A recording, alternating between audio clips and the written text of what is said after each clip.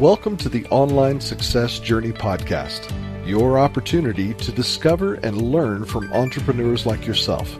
This is not your typical podcast, but a place where you can get the real story and find out how real people encounter speed bumps and detours, but journey through to find success. Now here's your host for the Online Success Journey Podcast, Patience. The Online Success Journey continues with episode 283. Every guest shares the path that they took them to success. So you'll want to subscribe right now and ensure you'll never miss a journey. I post at least one journey each week and I would love for you to join me. Today we have Mike Begg, an entrepreneur and expert in e-commerce, digital marketing, and operation. Mike loves sharing advice and help on anything related to Amazon and building efficient businesses. Hello, Mike. Hi, Patience. Thank you for having me here. I appreciate it. Thank you for coming. I know the client is anxious to hear your story, but tell us in advance one thing we will learn from you today that will help us on our journey to success by listening to your journey today. Well, hopefully I can explain a little bit more about marketing and growing your business. It's something that I do for my own business and I help my clients. So I'm always glad sharing as much information as possible about that. Wow, thank you. I am looking forward to that. Let's get started with the basics. Can you tell my client a little bit about your background, about what you did before you started your own online business? Of course. So I'm originally from Connecticut in the U.S. I currently live in Mexico, actually. And before I started my own business, I was working in a corporate job. I graduated university and I went and worked for Deloitte Consulting. From Deloitte Consulting, I moved into real estate development, worked in real estate development for a few years and kind of realized that I wasn't happy not working for myself. So that led me to look at ways to start making money online. And it started with selling ebooks online, and then it evolved into building private label brands, importing products from Asia and selling them online on the Amazon platform. And finally, that led to the agency that I run today, AMZ Advisors. And what we do is we help brands and manufacturers sell more on the Amazon platform. So that's a little bit, a high-level view of my journey, I guess, from where I was to where I am today. That seems to be a short one. You just got success like that. Others are struggling for years. You are the lucky one. Wow. No, nothing's ever as easy as it seems, but there's been plenty of mistakes and challenges along the way before we got to this point. So, why do you do what you do? Why do I do what I do? The reason I enjoy running the agency side is I just enjoy helping other business owners succeed and reach their goals. For us, I've loved building the brands that we've built. I've loved creating different income streams. I love building the agency and building my business. And I love looking at other people's businesses and seeing the problems they have and trying to figure out the best solutions for them. So, agency life has actually been a great fit for what I enjoy doing. So it's been pretty enjoyable for me and hopefully it's led to some pretty good results for my clients. Let's put man aside. How do you know you are successful? I think apart from that, obviously, the ability to enjoy your own free time and control your own work hours, I think is a big measure of that. For myself, originally being from the U.S., being able to work remotely from Mexico, where my girlfriend's from, is something that I wouldn't have been able to do if I was working, in a corporate job still there, or even working for someone else that required me to be in a local area. And also with that, just being a business owner, I control my own schedule. So, I work when I want to, I don't work when I want to, I take calls when I want to, I don't take calls when I want to. I think having control of my own time is probably one of the ways that I measure success the most, because at the end of the day, time is really all we have. And either we're selling it for money or we're just enjoying it and doing what we like. You mentioned in your businesses, starting up, you had some few challenges and you had to overcome that. What have you learned from businesses as a whole? I think one of the first challenges we ran into was working with the right partners. So myself and my business right now, I have 2 other business partners, and we've been working together for about 7 years now. And we actually started the private label brands that we were building by importing the products from Asia and selling them online together as well. But we did have another business partner, a 4th business partner who was a friend. We're all friends. We thought it was a great idea starting a business with friends. And it's not. If everyone's not on the same page, if everyone doesn't have the same goals and desires and work ethic, it's just going to create a lot of conflicts within the business. So we were very optimistic, very much dreamers, thinking we could achieve a lot. And the reality is that the work that he was putting in versus the work that we were putting in and the effort that we were putting in to actually grow something just didn't line up with where he was at that time. And that was one of the big mistakes. We had to close one of our brands because we just couldn't make the partnership work between all of us. We had to sell another brand because we just, had to work on our own things where we were more in control, and we weren't just giving away, our time, our effort, and our profit for somebody else's success. So that's one of the hardest lessons I think that we've learned is, being careful with who you partner with and making sure that everyone has the same ideas or goals of what they want, from whatever the business venture is.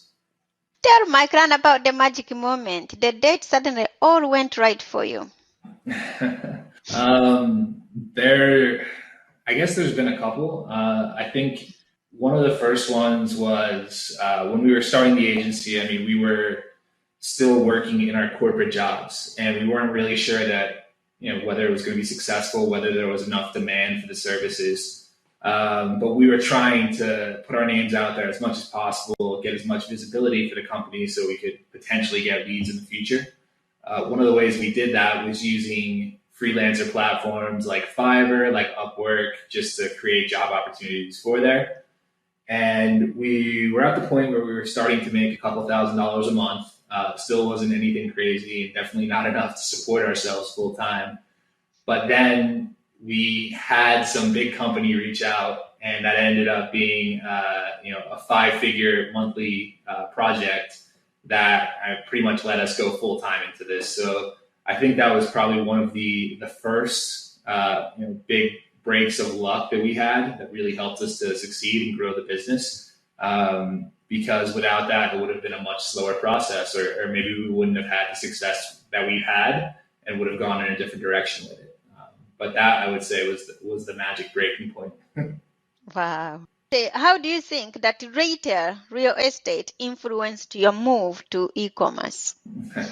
So this is kind of an interesting story, and I didn't really touch on it. When I was working in real estate development, I was working in the retail space for a large retailer in the US called Sears.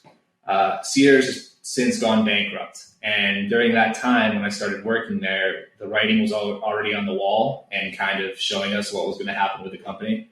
And we were doing everything we could to try to raise money for it on the real estate side. So we spun off a real estate investment trust. We were redeveloping properties. We were selling properties, trying to raise as much cash as possible. And as I was working in a company or a retailer that was essentially failing, I could see the writing on the wall that e-commerce was becoming more and more important. And that's really where I started to explore it more and try to find opportunities to take advantage of it. Myself and one of my partners started selling the ebooks online. And that was our first venture into it. And then we moved to physical products. And that's when we really moved from, I guess that's when that shift really occurs from, doing the retail side and selling in a physical store versus, selling online. And then once we saw the opportunity there and started getting consistent sales, I was pretty much hooked on the e-commerce space after that. What is the most dangerous belief an entrepreneur can have? I think the most dangerous belief, I would say, is that they can't figure out a solution, or they can't learn the solution to a problem they're having, or they look for external help or someone else to solve the problem within their own business. If you're facing an issue, I think you have to have that ability to learn, the ability to research, the ability to test, and figure problems out. You can't avoid things forever, and you can't expect someone else within your business to address the issues within your business or to care about your business as much as you do. So if you ever get to that point where you're, shutting out the possibility of learning a new skill or, trying a different approach to something to solve a problem you're having, I think your business is definitely in trouble. What is the most valuable thing you have ever given away? The most valuable thing I've ever given away. Well, recently my girlfriend just got a new car, so that is probably the most valuable thing from a physical standpoint. But I think just from a knowledge standpoint within a business, I always take the approach of trying to help others achieve what their goals are. It doesn't matter whether they're working for me. It doesn't matter whether they're a client of mine. Whatever can give them the best results as possible is what I try to do. And one of our account managers, who was a client-facing person for us, who was managing a lot of revenue for us, wanted to start his own agency. So I tried to give him as much insight into what the challenges would be, how he can kind of try to grow it, what he can do to help his business grow. And I think, from a value standpoint, I gave him a lot of value there in starting a new business. And yeah, I mean, that's more of an intangible value. I guess you can't really measure it as much. What are you still doing in the way you work that you just know you have to stop doing?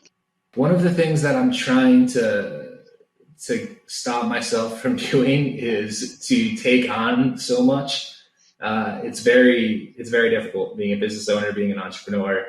There's so many things that can kind of catch your eye and look like a good opportunity, and you end up chasing it, or you overextend yourself, and it can have other consequences on your business. I think there's definitely instances where we've tried to overextend our capabilities to handle certain clients, and that's led to client attrition or client churn.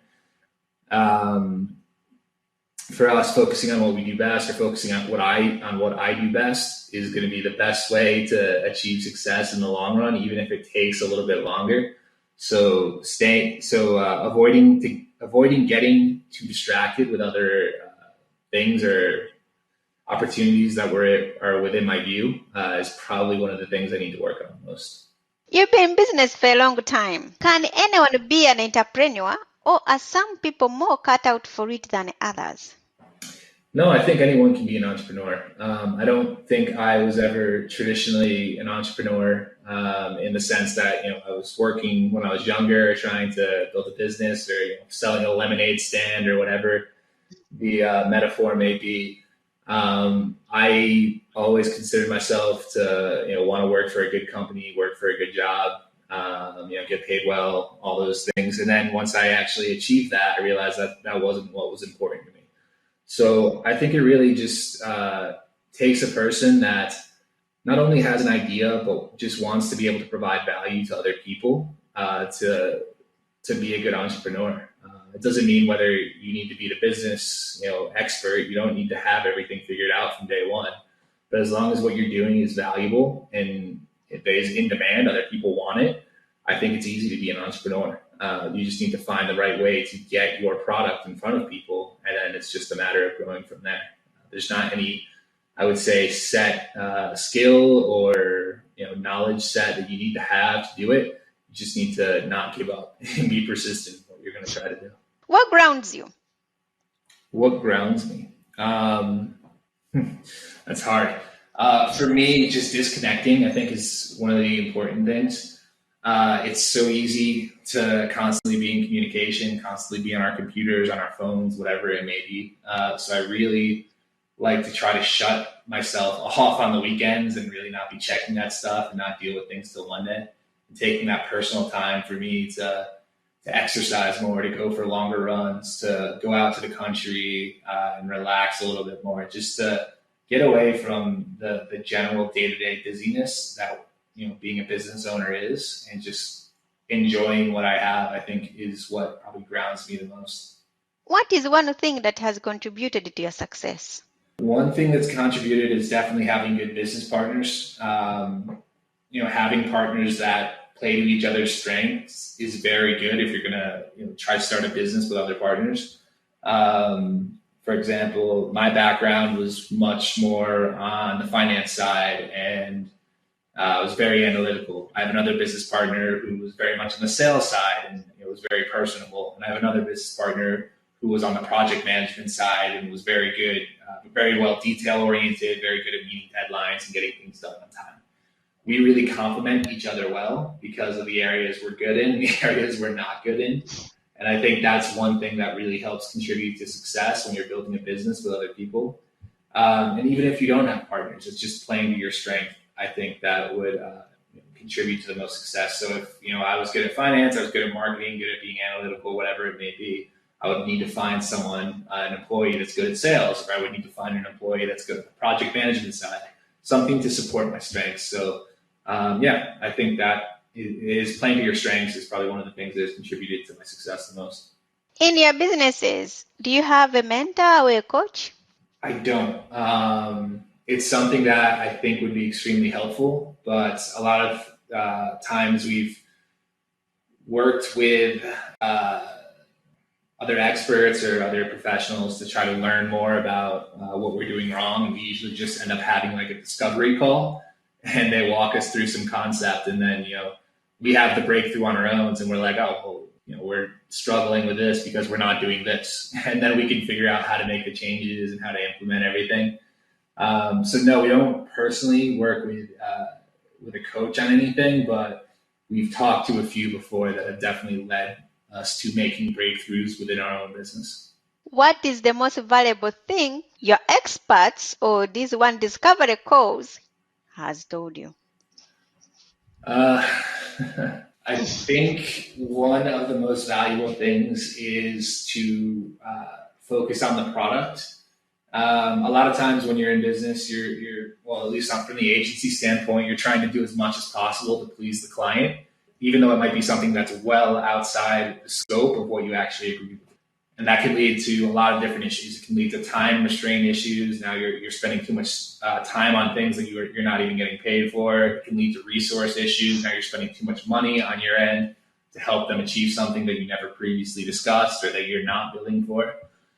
So really for us, focusing on our product was probably some of the best advice that we got. And it really led to a lot of breakthroughs with hiring a lot more people internally instead of using external contractors. That all contributes to keeping our project scope more focused and leads to less wasted time, better client results, and overall for our business, better profitability. What is one thing no one knows about you? I don't know. That's a hard one. What is one thing no one knows about me? It's actually funny. I'm kind of an introvert. I'm very comfortable talking in public. I'm very comfortable talking to a group of people. I'm very comfortable, doing interviews and podcasts, things like this. But I'm very uncomfortable when I'm around a lot of people in a social setting and I'm just talking to them. I have no problem, just talking out loud and just sharing my knowledge and my experience. But when it comes down to more of that, social talk, it's definitely a little bit more challenging for me. How have you pivoted in your businesses due to the pandemic? So one of the things that we had to change was the way that we kind of did a lot of our hiring internally. So a lot of our client work or our project-based work was being done by people that were full-time. And this led to us just spending more money when we had a lot of downtime. We were just losing money instead of putting those hours to work that we were paying for. So one of the big pivots we made was actually switching our content team over to an hourly basis.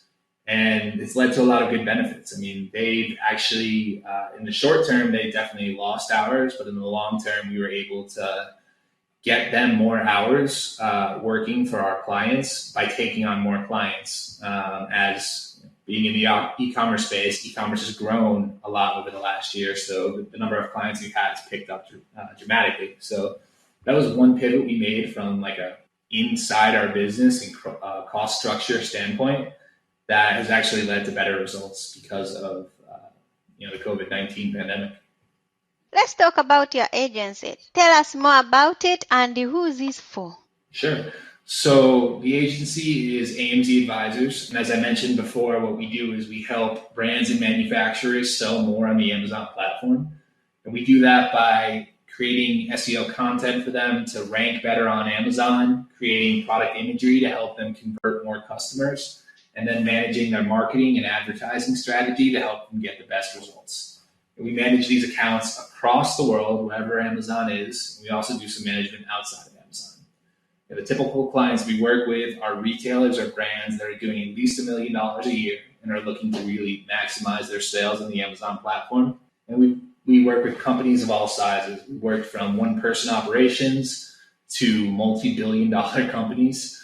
It really just depends on what help you need. And we can achieve a lot of great results no matter what size you're at. We've helped billion-dollar companies scale from 10 to 20 million a month in sales on Amazon. We've helped small mom and pop shops scale from $30,000 to $350,000 a month in sales. So it doesn't matter what size you are, as long as you're ready to invest in the platform and ready to grow online, we can be able to help you. Do you have like a monthly prescription? How can the moms and pops join you? The best way to reach out to us is just directly through our website. And then we can either set up a call or find a time to see what's the best way we can help you, or if there's any way we can help you. Our website is amzadvisors.com, and that's where you can reach us directly. You can book a call there, schedule a time to talk. Or if you ever have any questions, you can always reach out to me directly at my email. My email is mike@amzadvisors.com. Thank you for sharing. So, Glenn, there will be more from Mike in a moment. If you are listening on one of the many podcasting platforms rather than my website and you are encouraged by Mike's journey, go to onlinesuccessjourney.com for hundreds of additional interviews with successful entrepreneurs. The Online Success Journey is built for people searching for the path to success, and you can be part of this community for free. The Online Success Journey contains amazing members-only audio clips from hundreds of our guest journeys, and all designed to help you find the right path for your own online success journey. Mike, I would love you to share more with my audience if you are up for it. Sure, I'd be glad. Yeah, I'm glad to share whatever I can. Okay, thank you. If your business was down to its last $100, how would you invest it? I think I would invest it by trying to get on as many podcasts as possible, whether that be probably hire someone to research a bunch of podcasts for me and go do a lot of outreach through that and try to generate some speaking opportunities through a podcast. If you're running a B2B business, podcasting right now is one of the best ways to really generate a lot of leads for you. It's a good way to get your message out there, show your authority in whatever space you're in. And from that, it's a very low cost way to market your business. So I think it's a great way for anyone to really grow if they have expertise within a certain field and if they're comfortable enough to be able to answer a lot of questions on a podcast. It's a great way to grow your business with not a lot of money. What is the best business book you have ever read? There are definitely a lot of different business books that I would recommend. For me personally, I really enjoyed a book recently called Persuasion. And Persuasion is all about the psychology behind marketing and behind sales and the way that people actually purchase and a lot of behavioral economics approaches. And I thought that was very helpful for the way that I approach marketing within my business and the way that we approach sales within our business. That's one book that I highly recommend, but there's also a lot of great other business books out there. The Obstacle is the Way and The War of Art are both phenomenal when it comes to tackling obstacles within your business or conquering challenges. And then just another book I personally love is The Fountainhead by Ayn Rand. And that's always a great reminder for me of just sticking to what I believe in and, putting in as much effort and doing the best I can every day. What reassurance or encouragement have you got for my members of Clan who are not quite there yet? Obviously, just don't give up. It's too early in a lot of times to really know what type of success you're going to be able to achieve. I just always recommend, continuing to try something until you really find that this is not going to work. It's tough to tell exactly where that is within every business, but if you haven't given, every marketing channel, if you haven't tried to do every way to get your name out there to reach new clients, then you don't really know what's going to be successful. So until you've pretty much exhausted all your options for business development and for marketing within your business, you still have a long way. If you are going to keep a note to yourself in your pocket every day, what would be written on it? If I was going to keep a note in my pocket? Yes. I think what would be written is actually a quote from Seneca, I believe. It's Memento Mori, and it just is the literal translation, I believe, is you're going to die. And it's just a reminder that you only have a limited amount of time. Take advantage of the time you have, and just keep that in mind with everything you do. But that would scare me, because every time I wake up and I read it, I'm going to die. I might not even go anywhere. I think it's empowering, actually. I don't think it's scary to me. I find that if I focus on the fact that I only have a finite amount of time, it just reminds me to take advantage of every single day and every single opportunity that I have. I can see how it could definitely be scary, but when you approach it from trying to make the largest impact or enjoy your life as much as possible, I think it's very empowering to remind yourself that you only have a certain amount of time to do it. So why not do it right now today? Do you feel like you succeeded or like you're on the way? No, I feel like I'm only on the way. I don't know that I'll ever feel that I succeeded. I just love building stuff. I love creating new things. It's going to be a continual journey.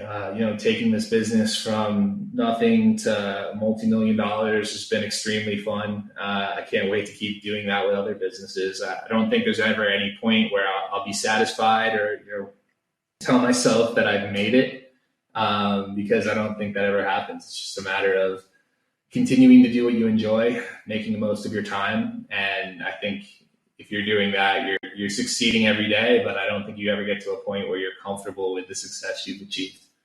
Remind us how we can connect with you. Yeah, the best way to connect with me is either through my website, amzadvisors.com, or directly at my email, mike@amzadvisors.com. Mike, it's been great to have you here to share your online success journey with us. Patience, thank you for having me here. I hope that I was able to provide some good insight and some good advice for your audience, and I hope everyone finds it valuable. Thank you. That's a wrap, clan. Remember, success is a journey. Patience and Mike.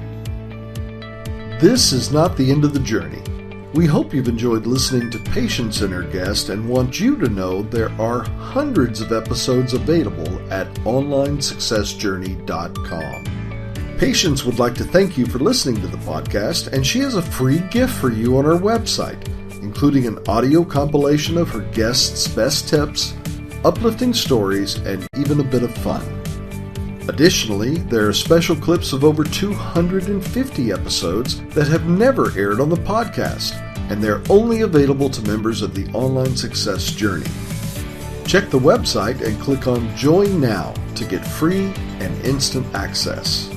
Of course, you know that listening to the journeys of others helps each of us chart our own path. So make sure you're subscribed on your favorite platform to be notified as each new interview is posted. There are so many ways to stay connected to the Online Success Journey and listen in. And if you're enjoying the podcast, we appreciate your help in telling others. One of the best ways to share the benefit you get is to rate and review the podcast at iTunes and other sites. We appreciate your help and your willingness to share your journey. One last thing. If you're feeling a bit lost or overwhelmed on your own journey, Patience can help. Check out her course on clarity while you're at the website. Finding clarity is a great way to get back on the right path. On behalf of Patience, and until next time, thanks once more for listening. It is our hope that this podcast will guide you on your own online success journey.